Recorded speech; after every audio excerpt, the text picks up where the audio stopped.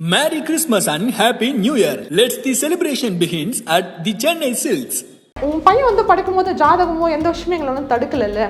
இப்போ எல்லாமே முடிஞ்சு போச்சு, இதுக்கு என்ன சொல்யூஷன் அப்படின்னு பார்த்து இந்த மாதிரி விஷயங்கள்லாம் அவங்க வந்து கேட்குறாங்க, செய்கிறாங்க. ஏமா நீ படித்த பொண்ணு சென்னைக்கு எதுக்காக போனேன்? படிக்கிறதுக்காக தான் போனேன். உங்கள் அப்பா பற்றி நினச்சி பார்த்தியா? உங்கள் அம்மா பற்றி நினச்சி பார்த்தியா? எவனோ ஒருத்தன் வந்தான் பேசினா ஹேண்ட்ஸமாக இருக்கிறனால ஜோவியலாக பேசுகிறான் அப்படின்றதுக்காக வித்தின் 6 மாதத்தில் நீ எப்படிமா முடிவு பண்ணலாம்? அப்போ தப்பு உன் மேலே தானமா இருக்குது அப்படின்னு சொல்லிட்டு கண்டிப்பாக அவங்க நினைப்பாங்க. நான் ஒரு விஷயம் கேட்குறேன், நான் வந்து பாதிக்கப்பட்டதுனால கேட்கல. நீ தொட்ட பொண்ணை வந்து நீயே கல்யாணம் பண்ணிக்கல அப்படின்னா வேற யாரும் கல்யாணம், வேற யாரும் காந்தி மகானா? அவங்க என்ன காந்தி மகானா? அவங்க வந்து பண்ணிக்கணும் அப்படின்றது வந்து அவங்களுக்கு வந்து அவசியம் கிடையாதுல்ல. பழகும்போது உனக்கு தெரியலையா? ஆனால் இப்போ என்ன சொல்கிறாங்க, நான் இது வந்து லவ்வே கிடையாது, லவ்வே கிடையாது, இது கல்யாணம் கிடையாது, எதுவுமே கிடையாது அப்படின்னா உனக்கு என்னதான் இப்போ சீரியஸ்னஸ்? மேபி உனக்கு முன்னாடி நீ தொட்ட பொண்ணுங்க வந்து ஈஸியாக போடலாம், பட் நான் அப்படி கிடையாதுல்ல. ஒரு போல்டான பொண்ணு தான், ஆனால் இவன் விஷயத்தில் வந்து நான் ஒரு ஜீரோ, கம்ப்ளீட்டாக அவுட்டு. நீ வந்து செல்ஃபிஷாக இருக்க, செல்ஃபிஷாக மட்டும்தான் யோசிக்கிற, அதுக்கும் உன் ஃபேமிலியும் அம்மாவும் உனக்கு சப்போர்ட்டு. இதே அவங்க கூட பிறந்த ஒரு பொண்ணாக இருந்தால் விடுவாங்களா? விட மாட்டாங்கல்ல. ஒரு விஷயம் வந்து அவங்க கேட்டாங்க, ஆக்சுவலாக ரொம்ப பெயின் ஆகிட்டு ப்ளீட் ஆகிருக்கும் போது வலி அவங்ககிட்ட தான் சொல்ல முடியும், வேறு யாரும் அந்த டைமில் வந்து சொல்ல முடியாது, சொல்லவும் எனக்கு இல்லை. உனக்கு மட்டும் தான் வந்து வெஜினா இருக்கா, உலகத்தில் யாருக்கு வெஜினா இல்லையா? அவன் வழியும் அவனுக்கு தான் தெரியும். நீ இருந்துட்டு போயிட்ட, உனக்கு தெரியாது. பட் நான் தப்பு என் மேலே இருக்குன்னா உன்னை மேலே நம்பி வந்தது தான் நான் தப்பு. நான் ஆம்பளை என்ன வேணாலும் பண்ணுவேன்னா அப்போ ஆம்பளை என்ன வேணாலும் பண்ணலாமா? கல்யாணம் பண்ணிக்கலாம், ஒரு டேட் ஃபிக்ஸ் பண்ணி கிராண்டாக பண்ணிக்கலாம் அப்படின்ற மாதிரி அவங்க அம்மா சொன்னாங்க. அவருமே வந்து சொன்னார். அந்த பர்டிகுலர் டைமில் வந்து அவன் மேலே ஆக்ஷன் எடுக்க வேண்டாம் அப்படின்றதுக்காக அவங்க அம்மா வந்து ஒரு அமௌண்ட் வந்து கொடுக்குறாங்க. ஒரு 50 சம்திங், ஏதோ 50 to 1 lakh வரைக்கும் கொடுத்துருக்கான்னு சொல்லிட்டு தகவல் எனக்கு தெரிஞ்சுது. காஸ்ட் வைஸ் வந்து இது பண்ணுறது ஒத்துக்க மாட்டாங்க, இங்கே வந்து உன்னை கடலை கட்டி போட்டால் கூட வந்து தெரியாது. ஸோ அந்த மாதிரி எல்லாம் வந்து த்ரெட்டன் வந்து நடக்குது. 7 மணிக்கு சடனாக வந்து பார்த்தீங்கன்னா பஸ்லேருந்து இறங்க சொல்கிறாங்க, டிஎஸ்பி ஆஃபீஸ்லேருந்து. 7 மணிக்கு நீங்கள் உங்கள் ஹஸ்பண்ட் இங்கே வந்திருக்காங்க, நீங்கள் வாங்க அப்படின்னு சொல்லிட்டு. என்ன விஷயம் மேம், இதாக இருந்தாலும் லேட் ஆச்சு, நான் நாளைக்கு வரேன்னா அவங்க ஒத்துக்கவே மாட்டுறாங்க. அவ்வளோ ஒரு போஸ்ட் பண்ணுறாங்க. ஸோ அப்போவே எனக்கு தெரிஞ்சிரு சம்திங் ஏதோ பண்ண போகிறாங்க அப்படின்னு சொல்லிட்டு. நடிகருங்க தப்பு பண்றாங்க, அவங்க இந்த மாதிரிலாம் பண்றாங்கன்னு சொல்ல தெரிஞ்ச உங்களுக்கு தமிழ்நாட்டில் இந்த மாதிரி பாதிக்கப்பட்ட பெண்களுக்கு நீதி வாங்கி தர முடிஞ்சா தாங்க. இல்லையா நீங்க இதுக்கப்புறம் இந்த மாதிரி நடிகர்கள்லாம் இப்படி பண்றாங்கன்னு சொல்லிட்டு வெளியே வர உங்களுக்கு தகுதியே இல்லை. Visit India's first underwater tunnel aquarium at VGP Marine Kingdom, Chennai. நேர்களே, நாம வாழக்கூடிய இந்த பெரியார் நாட்டில் ஒரு ஆண் ஒரு பெண்ணுகிட்ட போயிட்டு நான் உன்னை லவ் பண்ணுறேன், உன்னை தான் கல்யாணம் பண்ணிக்க போகிறேன், நீ தான் என்னவள் அப்படின்னு சொல்லிட்டு அவங்கள உடல் ரீதியாக, பண ரீதியாக, மன ரீதியாக எல்லா விதத்துலையும் பயன்படுத்திக்கிட்டு ஒரு கட்டத்துக்கு மேலே இல்லை எனக்கு கூட வாழ பிடிக்கல, உன்னை விட்டு பிரிலான்னு சொல்கிறேன் அப்படின்னு சொல்லிட்டு இந்த மாதிரியான பிரச்சனைகள் இந்த தமிழ்நாட்டில் பல ஆயிரக்கணக்கான பெண்கள் வந்து சந்திச்சுட்டு இருக்காங்க. இதில் ஒரு சில பெண்கள் வந்து தானாக முன் வந்து இந்த மாதிரி எனக்கு ஒரு பிரச்சனை நடந்திருக்குங்க, இதுக்கு நீதி வேணும் அப்படின்னு சொல்லிட்டு அவங்க நீதியை வாங்கிக்கிட்டாங்க. ஆனால் இன்னும் பல பெண்கள் இதை எப்படி வெளில சொல்ல, வீட்டில் என்ன நினைப்பாங்க, சமுதாயம் என்ன நினைக்க அப்படின்னு சொல்லிட்டு இன்னும் வெளியே சொல்லாமல் இருக்கிறாங்க. ஸோ இப்படிப்பட்ட பிரச்சனைகள் இருக்கிற மத்தியில் ஒரு பெண் நம்ம சேனலை நம்பி எனக்கு இந்த மாதிரி பிரச்சனை நடந்திருக்கு, எனக்கு உங்களால் நீதி வாங்கி கொடுக்க முடியுமா அப்படின்ற ஒரு கேள்விக்குறியோட முன் வந்திருக்காங்க. அவங்களுடைய தனிப்பட்ட ஒரு பிரைவேசி காரணமாக அவங்களுடைய பெயர், எந்த ஊர், அது எல்லாமே மறைக்கப்படுது. சிரமத்துக்கு மன்னிக்கவும். ஸோ இவங்க என்ன மாதிரியான பிரச்சனைகளாக வந்திருக்காங்க, இவங்களுக்கு எப்படி தீர்வு கிடைக்க போகுது, இதைத்தான் இந்த நிகழ்ச்சியில் நீங்கள் தெரிஞ்சுக்க போகிறீங்க. வணக்கம். எப்படி இருக்கிறீங்க? நீங்கள் எப்படிப்பட்ட குடும்ப பின்னணியிலேருந்து வந்தவங்க? சார், நான் வந்து சென்னை கிடையாது, நான் வந்து வெளியூர் போனேன். படித்தது வளர்ந்தது எல்லாமே வந்து என்னோடய சொந்த ஊரில் தான். நான் வந்து ஒரு மெக்கானிக்கல் இன்ஜினியரிங் கிராஜுவேட்டு. நான் சென்னைக்காக தான் வந்து வேலைக்கு வந்தேன். இங்கே சென்னை வந்து ஒரு ஆல்மோஸ்ட் 3 years பக்கம் ஆகுது. என்னோடய ஹஸ்பண்ட் வந்து பார்த்திங்கன்னா வேலை செய்கிற இடத்துல தான் எனக்கு தெரியும், அங்கே தான் எனக்கு பழக்கம். என்னோடய 3rd கம்பெனியில் வந்து எனக்கு பழக்கம். ஸோ கெரியர் ஃபாரின் போகணும், யூஎஸ் போகணும், அதுன்றது என்னோடய ஆம்பிஷன்னு. ஸோ என்னோடய கெரியரில் பெரிய ஆளாக வரணும் அப்படின்றது தான் வந்து மெயின் மோட்டிவ். ஸோ அப்படி இருக்கும் பட்சத்தில் தான் வந்து அந்த டைமில் தான் இவர் வந்து என்ட்ரு ஆனார். ஸோ என்ட்ராயிட்டு இனிஷியேட் எல்லாமே எடுத்தது வந்து அவங்க தான் எடுத்தாங்க. முழுசாக நான் வந்து நம்பினேன், ஏமாந்துட்டேன். ஸோ இங்கே வந்திருக்கிறது காரணம் வந்து பார்த்திங்கன்னா ஏமாந்துட்டேன். அந்த வழியை வந்து என்னால் டைஜஸ்ட் வந்து பண்ண முடியல. எவ்வளோ வந்து நான் ஸ்ட்ரகிள் பண்ணிட்டேன், இப்போவும் ஸ்ட்ரகிள் பண்ணிட்டு தான் இருக்கேன். நான் இனிமேலும் பண்ண நான் ரெடியாக தான் இருக்கேன். நான் ஃபிசிக்கல் மேரேஜ்க்கு முன்னாடி வந்து ஃபிசிக்கல் ரிலேஷன்ஷிப் இருந்தது, அன்வில்லிங்களோட தான் நான் அவர் கூட இருந்தேன். ஸோ இது வந்து ஒரு போஸ்ட். ஸோ அப்படி நடக்கும்போது ஸோ மேரேஜ் அப்படின்ற ஒரு விஷயம் நான் கேட்கும்போது அவர் வந்து அவாய்ட் பண்ணுறாரு, கம்ப்ளீட்டாக வந்து அவாய்ட் பண்ணிட்டாரு. நான் அது கேட்கும்போது அன்வான்டான ஒரு கால்ஸ், த்ரிட்டன்ஸ் அந்த மாதிரி வந்துட்டு நான் வந்து நம்ம DGP sir Sailendra Babu sir கிட்ட வந்து நான் ஒரு பெட்டிஷன் கொடுத்தேன், டைரெக்டாக பார்த்து பெட்டிஷன் கொடுத்தேன். இந்த நேர்காணல் அவருடைய பேரை சொல்லலாமா? அரவிந்த் குமார். அவருக்கு ஏஜ் வந்து 30 ஆகுது, எனக்கு வந்து 24. எத்தனை வருஷமா லவ் பண்ணீங்க நீங்களும் அவங்களும்? ஒரு 4-6 months அந்த அளவுக்கு தான் சார் இருக்கும். அந்த மந்த்து தான் இருக்கும். அதுக்கப்புறம் கம்ப்ளைண்ட் கொடுத்ததுக்கப்புறம் வந்து பார்த்திங்கன்னா வீட்டுக்கு வந்து தெரிய ஆரம்பிச்சிது. ஒரு பீக் டைமில் தெரிய ஆரம்பித்த உடனே அவங்க அம்மா வந்து அப்போ தான் எனக்கு கால் பண்ணுறாங்க ஃபர்ஸ்ட் டைம்.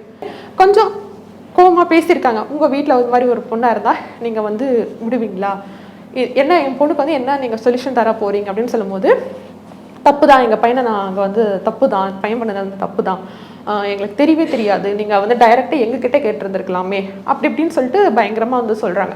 பட் இவங்க நான் கம்ப்ளைண்ட் கொடுக்காத முன்னாடியே அவங்க வீட்டுக்கு நான் வந்து போயிருந்தேன். வீட்டுக்குன்னா அவங்க ஊர் தெரியும், அவர் வந்து மகாபலிபுரம். கல்யாணம் பண்ணிக்கலாம், ஒரு டேட் ஃபிக்ஸ் பண்ணி கிராண்டாக பண்ணிக்கலாம் அப்படின்ற மாதிரி அவங்க அம்மா சொன்னாங்க. அவருமே வந்து சொன்னார், சரி ஓகே ரியலைஸ் பண்ணிட்டான் அப்படின்றத வந்து நான் நம்பின. மறுபடியும் ஓகே நம்ம சான்ஸ் கொடுப்போம், ரியலைஸ் பண்ணிட்டான் போல இருக்குது அப்படின்னு சொல்லிட்டு 6 month February மந்த்லேருந்து ஒரு 6 monthக்குள்ளார ஏதோ ரீசன் சொன்னாங்க. அவனுக்கு வந்து ஏதோ வேலை இல்லை அப்படி இப்படின்னு சொன்னாங்க அவங்க அம்மா. கொஞ்சம் கிராண்டாக பண்ணிக்கலாம் அப்படின்ற மாதிரி சொன்னாங்க. சரி ஓகே அப்படின்னு சொல்லிட்டு பட் எல்லா இதுவுமே வந்து எங்கள் ஊர்லேயே பண்ணணும் அப்படின்னு சொன்னாங்க. என்னோடய சொந்த ஊர்லேயே பண்ணிக்கலாம் அப்படின்ற மாதிரி அந்த பேசி முடித்த ஒரு 4 நாள்லேயே வந்து பார்த்திங்கன்னா அவசரமாக வந்து ரெஜிஸ்டர் மேரேஜ் மட்டும் பண்ணிக்கலாம் அப்படின்ற மாதிரி வந்து சொல்லியிருந்தாங்க. அப்போ வந்து கோவிலில் வந்து பையனுக்கும் பொண்ணுக்கும் ஏற்கனவே கல்யாணம் ஆகலைன்றது வந்து நாங்கள் சர்டிஃபிகேட் அந்த ரெசிப்ட் கொடுத்தா தான் ரெஜிஸ்டர் மேரேஜ் போய் பண்ண முடியும் அப்படின்றத வந்து சொல்கிறாங்க. ஸோ அதனால நீங்கள் ஆதார் கார்டு அந்த மாதிரி டீட்டெயில்ஸ்லாம் அந்த கொடுக்கணும் அப்படின்னு சொல்லிட்டு கேட்குறாங்க. ஸோ அப்போ வந்து வீட்டில் வந்து கேட்குறாங்க, அவங்க வந்து சரி நான் வாங்கித்தரேன் அப்படின்ற மாதிரி சொல்கிறாங்க. சொல்லிவிட்டு அது அப்படியே அந்த வேலை வந்து போயிட்டுருக்கு. ஸோ போயிட்டு இருந்த உடனே இவங்க அனுப்பவே இல்லை. ஏன் அனுப்பலை அப்படின்னு சொல்லி கேட்டும்போது அவங்க அம்மா வந்து ஒரு மாதிரி சரியாக ரெஸ்பான்ஸ் பண்ணலை. அந்த பர்டிகுலர் டைமில் வந்து அவன் மேலே ஆக்ஷன் எடுக்க வேண்டாம் அப்படின்றதுக்காக அவங்க அம்மா வந்து ஒரு அமௌண்ட் வந்து கொடுக்குறாங்க. ஸோ அமௌண்ட் வந்து ஒரு 50 something ஏதோ 50 to 1 lakh வரைக்கும் கொடுத்துருக்கான்னு சொல்லிட்டு தகவல் எனக்கு தெரிஞ்சுது.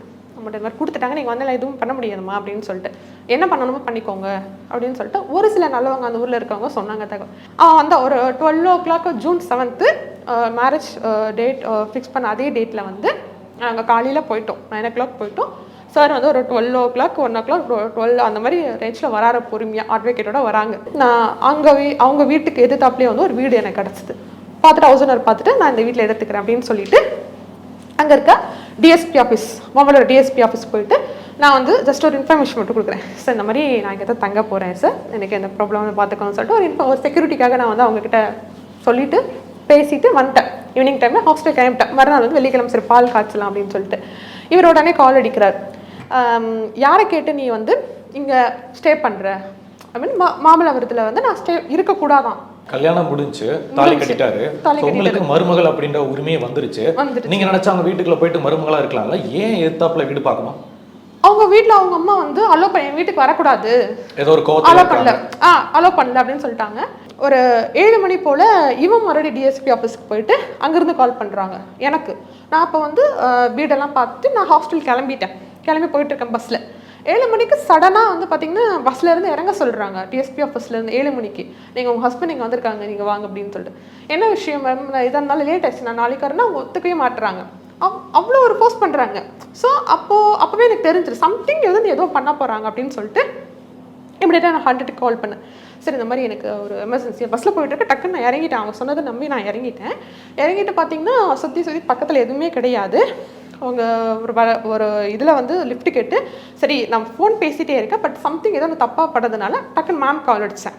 கைட் பண்ண மேம்க்கு வந்து கால் பண்ணிவிட்டு இந்த மாதிரி வந்து இஷ்யூ இருக்குன்னு அவங்க வந்து சரி நீ போயிட்டு என்னன்னு பாரு அப்படின்னு சொல்கிறாங்க. காஸ்ட் வைஸ் வந்து இது பண்ணுறது ஒத்துக்க மாட்டாங்க. அவங்க வந்து உன்னை கடலை கட்டி போட்டால் கூட வந்து தெரியாது. ஸோ அந்த மாதிரி எல்லாம் வந்து த்ரெட்டன் வந்து நடக்குது. இது வந்து டிமாண்ட் மாதிரி வருமா, இல்லை ஏதோ ஒரு வகையில் எதுனா சொல்லி இந்த பொண்ணை வந்து அவாய்ட் பண்ணணும், இவங்களே வெறுத்துட்டு அப்பா உங்களை மாதிரி குடும்பம் தேவையில்லை, ஆளை விடுங்கடா சாமி அப்படின்னு சொல்லிட்டு இந்த பொண்ணாவே போகணும் அப்படின்னு பிளான் பண்ணுறாங்களா? உங்களுக்கு என்ன தோணுது? மெயின் விஷயம் வந்து பார்த்தீங்கன்னா பணம் தான் சார், பணம் தான். ஸோ அந்த விஷயம் வந்து என்கிட்ட இல்லைன்றது வந்து அவங்க தெரிஞ்சுக்கிட்டாங்க. தென் ஆட்டோமேட்டிக்காக அவங்களோட இது வந்து பார்த்தீங்கன்னா எப்போ எழுதி கொடுத்துட்டு வந்தோன்னா அப்புறம் தான் அவங்க டோட்டல் எல்லாருமே சேஞ்ச்டு. அவனும் சரி அவங்க அம்மாவும் சரி டோட்டலாக வந்து சேஞ்ச். உங்கள் பையன் வந்து படிக்கும்போது ஜாதகமோ எந்த விஷயமும் எங்களை வந்து தடுக்கலைல்ல, இப்போ எல்லாமே முடிஞ்சு போச்சு, இதுக்கு என்ன சொல்யூஷன் அப்படின்னு பார்த்து இந்த மாதிரி விஷயங்கள்லாம் அவங்க வந்து கேட்குறாங்க, செய்கிறாங்க. ஸோ அதில் எப்படி இருக்குது பாருங்கள், அவங்களோட மனநிலை வந்து என்ன மாதிரி இதுன்னு எனக்கு தெரியல. இது இப்போ உங்களுக்கும் அவருக்கும் கல்யாணம் ஆகி கிட்டத்தட்ட எவ்வளோ நாட்கள் கிட்ட ஆகுது? எவ்வளோ நாள் நீங்கள் ஒன்றா இருந்தீங்க? ஒன் ரூஃப் கீழே எத்தனை நாள் வாழ்ந்தீங்க ஃபர்ஸ்ட்? 6 மந்த் இருக்கும் சார். 6 மந்த் ஆகுது கல்யாணம் ஆகிட்டு. 6 மந்த்லேருந்தே அவர் வந்து என் கூட இல்லை. அவர் வந்து இன்டர்வியூ போகிறேன்னு வந்து சொல்லியிருந்தார் இல்லைங்களா, நான் முன்னாடியே சொல்லியிருந்தேன் இல்லைங்களா, அதுவே ஒரு பொய்யான விஷயம். ஸோ இப்போ பக்காவாக வந்து ஒரு பிளான் பண்ணி வந்து கேஸை வந்து எப்படி வெளியில் வரணும், கேஸே இல்லாமல் இது எப்படி வெளியில் வரணும் அப்படின்றது மூடி மறைக்கணும் அப்படின்ற ஒரு இதில் வந்து வந்திருக்காங்க. இப்போ அவர் எங்கே இருக்காரு தேடி கண்டுபிடிச்சிங்களா? இதுக்கப்புறம் என்ன ஸ்டெப் எடுக்க போறீங்க? நான் வந்து கம்ப்ளைண்ட் பண்ணியிருந்தேன் சார், அவர் காணலன்னு சொல்லி நான் கம்ப்ளைண்ட் பண்ணியிருந்தேன். ஏன்னா அவருக்கு இது மட்டும் பிரச்சனை கிடையாது, நிறைய பொண்ணுங்களோட வந்து இருக்காரு, இது நான் வந்து பேச்சுக்கோ இன்டர்வியூக்கோ அப்படின்னு நான் வந்து சொல்லக்கூடாது, இருக்காரு. சரி ரியலைஸ் பண்ணுவான்னு பார்த்தீங்கன்னா இப்போ வரைக்கும் வந்து பண்ணலை. பொதுவாக பெண்களை பொறுத்த வரைக்கும் அவங்க கிட்ட பாசமாக பேசுறது, நிறைய காம்ப்ளிமெண்ட் கொடுக்குற மாதிரி வேர்ட்ஸ்லாம் யூஸ் பண்ணால் அவங்க டக்குன்னு மனசை பறி கொடுத்துருவாங்க. இதுதான் பெண்கள் கிட்ட இருக்கிற ஒரு வீக்னஸ். இதை நம்ம ஓப்பனாக சொல்லிதாகணும். ஸோ இப்படி இருக்கிற பட்சத்தில் உங்ககிட்ட அவங்க எந்த மாதிரியான வார்த்தைகள்லாம் யூஸ் பண்ணாங்க? எதனால நீங்கள் அவங்க மேலே அட்ராக்ட் ஆனீங்க வித்தின் 6 மந்த்தில்? அந்த விஷயம் வந்து பார்த்தீங்கன்னா அவர் என்கிட்ட சொன்னது ஃபோர்ஸ் பண்ணி நமக்கு எதுவும் நடக்க வேண்டாம் அவ்வளோ ஒரு விஷயம். ஸோ ஃபோர்ஸ் பண்ணாமல் அன்றைக்கி வந்து போனது வந்து பார்த்திங்கன்னா, ஆனால் அது ஃபோர்ஸ்டாக நடந்தது. ஸோ அந்த ஒரு விஷயம். ஸோ அப்போ நம்மளுக்கு ஒரு ஹோப் வருது இல்லை, அவர் பொண்ணுங்களை வந்து வாடாப்படா அந்த மாதிரி தான் வந்து கூப்பிடுவார், பேசுவார், ஈஸியாக ஒரு அட்ராக்டிவ்னஸ் இருக்கும். நல்லா மேனிப்புலேட் பண்ணுவாங்க. ஏன்னா அவன் இதுக்கே இந்த வீடியோ வந்ததுக்கு அவன் என்ன பண்ண போகிறான்னு ஒரு பயம் தான் இருக்குது எனக்கு. ஆக்சுவலாக எனக்கு என்ன சந்தேகம் அப்படின்னா, சவுத் சைட்லேருந்து நிறைய பெண்கள் வந்து படிக்கிறக்கா வேலை பார்க்குறக்கா சென்னை வர்றாங்க. வேலை பார்க்குற இடத்துல படிக்கிற இடத்துல கூட இருக்கிற பசங்க வந்து வித்தின் 6 மந்த்தில் ஆல்ரெடி நீங்கள் சொன்ன மாதிரி தான் நல்லா பேசுகிறான், நல்லா ஜோவியலாக பேசுகிறான், கலகலன்னு இருக்கான், ஈஸியாக எல்லா பொண்ணுக்கிட்டையும் நல்லா ஜெல்லாக பேசுகிறான் அப்படின்றத மட்டுமே வச்சுக்கிட்டு தண்ணியே கொடுக்குற அளவுக்கு போயிடுறாங்கல்ல. இது எந்த அளவுக்கான ஒரு பெரிய இம்பேக்ட் அவங்களுக்கு கொடுக்கும்? ஒரு ஹோப் கிரியேட் தாங்க சார். இப்போ நம்ம யாருனே தெரியாமல் ஒரு ஊர்லேருந்து வரும்போது ஈஸியாக ஒரு மிங்கிள் ஆகக்கூடிய ஒரு பர்சன்ஸ் கிட்ட வந்து அவங்க ஒரு வீக்னஸ் தெரியல, கண்டிப்பாக ஏதோ ஒரு வீக்னஸ் தெரியல. இப்போ என்னோட கேஸில் எடுத்துக்கிட்டிங்கன்னா, நான் வந்து ஆஃபீஸில் முன்னாடி இருந்த ஆஃபீஸ்லையும் சரி காலேஜ்லையும் சரி ஃப்ரெண்ட்ஸோ அந்த மாதிரி யாருமே எனக்கு கிடையாது. லிமிட்னா லிமிட், பாஸ்னா பாஸ், அந்த ஒரு இது தான். மற்றபடி யார்கிட்டையும் வந்து தேவையில்லாமோ அந்த மாதிரி பேசினது கிடையாது. அப்படி இருக்கும்போது இப்போ இவன் புதுசாக இன்வால்வ் ஆகுறான், இப்போ வந்து பேசுகிறான், அப்போது சம்திங் ஏதாவது ஒன்று வந்து கவனிச்சிருப்பாங்கல்ல, ஓகே இந்த விஷயம் பேசும்போது அவளுக்கு பிடிச்சிருக்குன்னா அப்போ நம்ம அதை கண்டினியூ பண்ணுவோம் அப்படின்ற ஒரு விஷயம் இருக்குல்ல. ஸோ அதை வந்து ஒரு அட்வான்டேஜ் தானே அது பசங்களுக்குன்னு சொல்ல, பொண்ணுங்களுக்கும் சரி. எல்லா பசங்களும் நல்லவங்களும் எல்லா பொண்ணுங்களும் வந்து தப்பானவங்களும் கிடையாதுல்ல, அந்த ஒரு விஷயம் இருக்குல்ல. ஸோ அதை பார்த்து அதுக்கப்புறம் ஏதாவது இருந்தால் அதை நான் நம்மளுக்கு அட்வான்டேஜாக யூஸ் பண்ணிவிட்டு தென் அப்படியே அதை கோ த்ரூ பண்ண வேண்டியதான். ஏம்மா நீ படித்த பொண்ணு, சென்னைக்கு எதுக்காக போனேன்? படிக்கிறதுக்காக தான் போனேன். உங்கள் அப்பா பற்றி நினச்சி பார்த்தியா? உங்கள் அம்மா பற்றி நினச்சி பார்த்தியா? எவனோ ஒருத்தன் வந்தான் பேசினா ஹேண்ட்ஸமாக இருக்கிறனால ஜோவியலாக பேசுகிறான் அப்படின்றதுக்காக வித்தின் 6 மாதத்தில் நீ எப்படிமா முடிவு பண்ணலாம்? அப்போ தப்பு உன் மேலே தானே இருக்குது அப்படின்னு சொல்லிட்டு கண்டிப்பாக அவங்க நினைப்பாங்கல்ல. ஸோ அதுக்கு நீங்கள் என்ன சொல்ல விரும்புகிறீங்க? கண்டிப்பாக நினைப்பாங்க சார், கண்டிப்பாக நினைப்பாங்க. நான் வந்து வேலை பார்க்குறதுக்கு வந்தேன், எங்கள் அப்பா அம்மா எல்லாரும் கஷ்டப்பட்டு தான் அனுப்பிச்சாங்க, எல்லாமே எனக்கு ஓகே புரியுது. அப்போது ஏதாவது ஒரு பீக் டைமில் வந்து என் லைஃப்க்கான ஒரு பார்ட்னர் வந்து இவன் தான் அப்படின்றது வந்து நமக்கு மனசில் ஏதாவது ஒரு இது நம்ம தோணும் இல்லை, அந்த ஒரு டெசிஷன் எடுக்கணும் இல்லை. இப்போ எனக்கு 24 ஏஜ். ஸோ இப்போ அந்த விஷயம் எடுக்கும்போது 23ன்னு வச்சுக்கோங்க. 24 மட்டும்தான் ஆகுது உங்களுக்கு கரெக்டாக? இப்போ இவன் இன்வால்வ் ஆகும்போது வந்து பார்த்தீங்கன்னா 23. அப்போது அந்தளவுக்கு எனக்கு மெச்சூரிட்டியும் அந்த மாதிரி இல்லை. அதையும் தாண்டி என்னையும் வந்து கவுத்துட்டான், ஏதோ ஒரு இது இருக்கும், நம்மளுக்கு ஏதாவது ஒரு விஷயம் பிடிச்சிருக்கும்ல, சரி ஓகே நம்மளுக்கு ஒருவேளை இது நம்மளுக்கு லக்கா இருக்கும், இது நம்மளுக்கு ஓகே, இதுதான் நம்ம வந்து எல்லாமே ஒரு நம்பிக்கை தானே. நம்பிக்கை. இந்த பொண்ணை நான் கல்யாணமே பண்ணிக்கவே கூடாது, இந்த பொண்ணு என் லைஃப்ல வரவே கூடாதுன்னு நினைச்சிட்டானா என்ன நடந்தாலும் சரி எதுனா ஒரு ரீசன் சொல்லிக்கிட்டே இருப்பாங்க, அவங்கள மீட் பண்ணுறதுக்கான ரீசன் தேடிட்டே இருப்பாங்க. ஸோ அந்த மாதிரி தான் நீங்கள் சொன்ன அந்த நம்பர் வந்து அது சரியில்லை, இது சரியில்லை, இது நொட்டை அப்படின்னு சொல்லிக்கிட்டே இருக்கிறாங்க. ஸோ இட் மீன்ஸ் ஏதோ ஒரு வகையில் உங்க கூட பழகுறாங்க, நிறைய விஷயங்கள் உங்களுக்குள்ள உடல் ரீதியாக நிறைய நடந்திருக்கு. ஆனால் ஒரு கட்டத்துக்கு மேலே பிடிக்கல, அவங்கள கல்யாணம் பண்ணிக்க கூடாது அப்படின்ற எண்ணத்தில் வந்ததுனால தான் இவ்வளோ விஷயம் பண்ணிட்டு இருக்காங்கல்ல. ஸோ இப்படிப்பட்ட பையன் உங்கள் லைஃபுக்கு தேவையாமா அப்படின்னு உங்கள் பெற்றவங்களே கேட்டுப்பாங்கல்ல.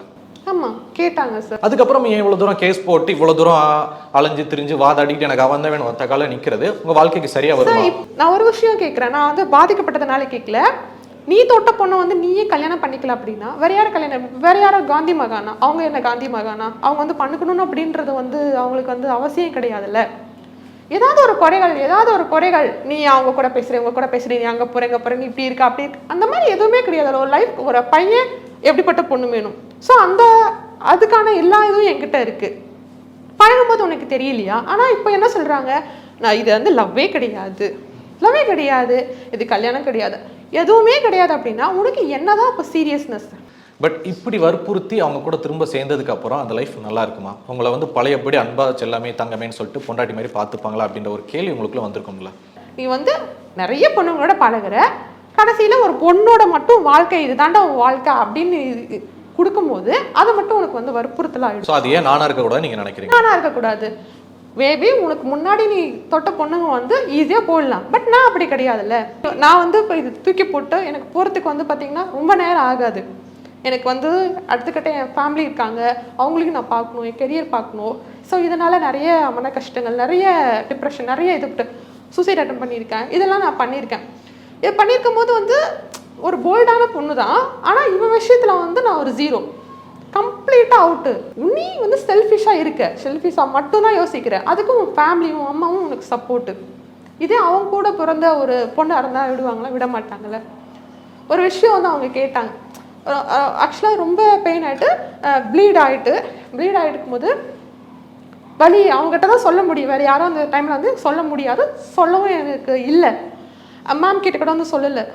சொல்கிறது மாதிரி அவங்க சொல்கிறாங்க, உனக்கு மட்டும் தான் வந்து வெஜினா இருக்கா, உலகத்தில் யாருக்கு வெஜினா இல்லையா? அவன் உனக்கு தான் தெரியும், நீ இருந்துட்டு போயிட்ட, உனக்கு தெரியாது. பட் நான் தப்பு என் மேலே இருக்குன்னா உன்னை மேலே நம்பி வந்தது தான் நான் தப்பு, அதை நான் ரியலைஸ் பண்ணுறேன், நீயே ரியலைஸ் பண்ணு. நீயே ஒரு நான் ஆம்பளை என்ன வேணாலும் பண்ணுவேன்னா அப்போ ஆம்பளை என்ன வேணாலும் பண்ணலாமா?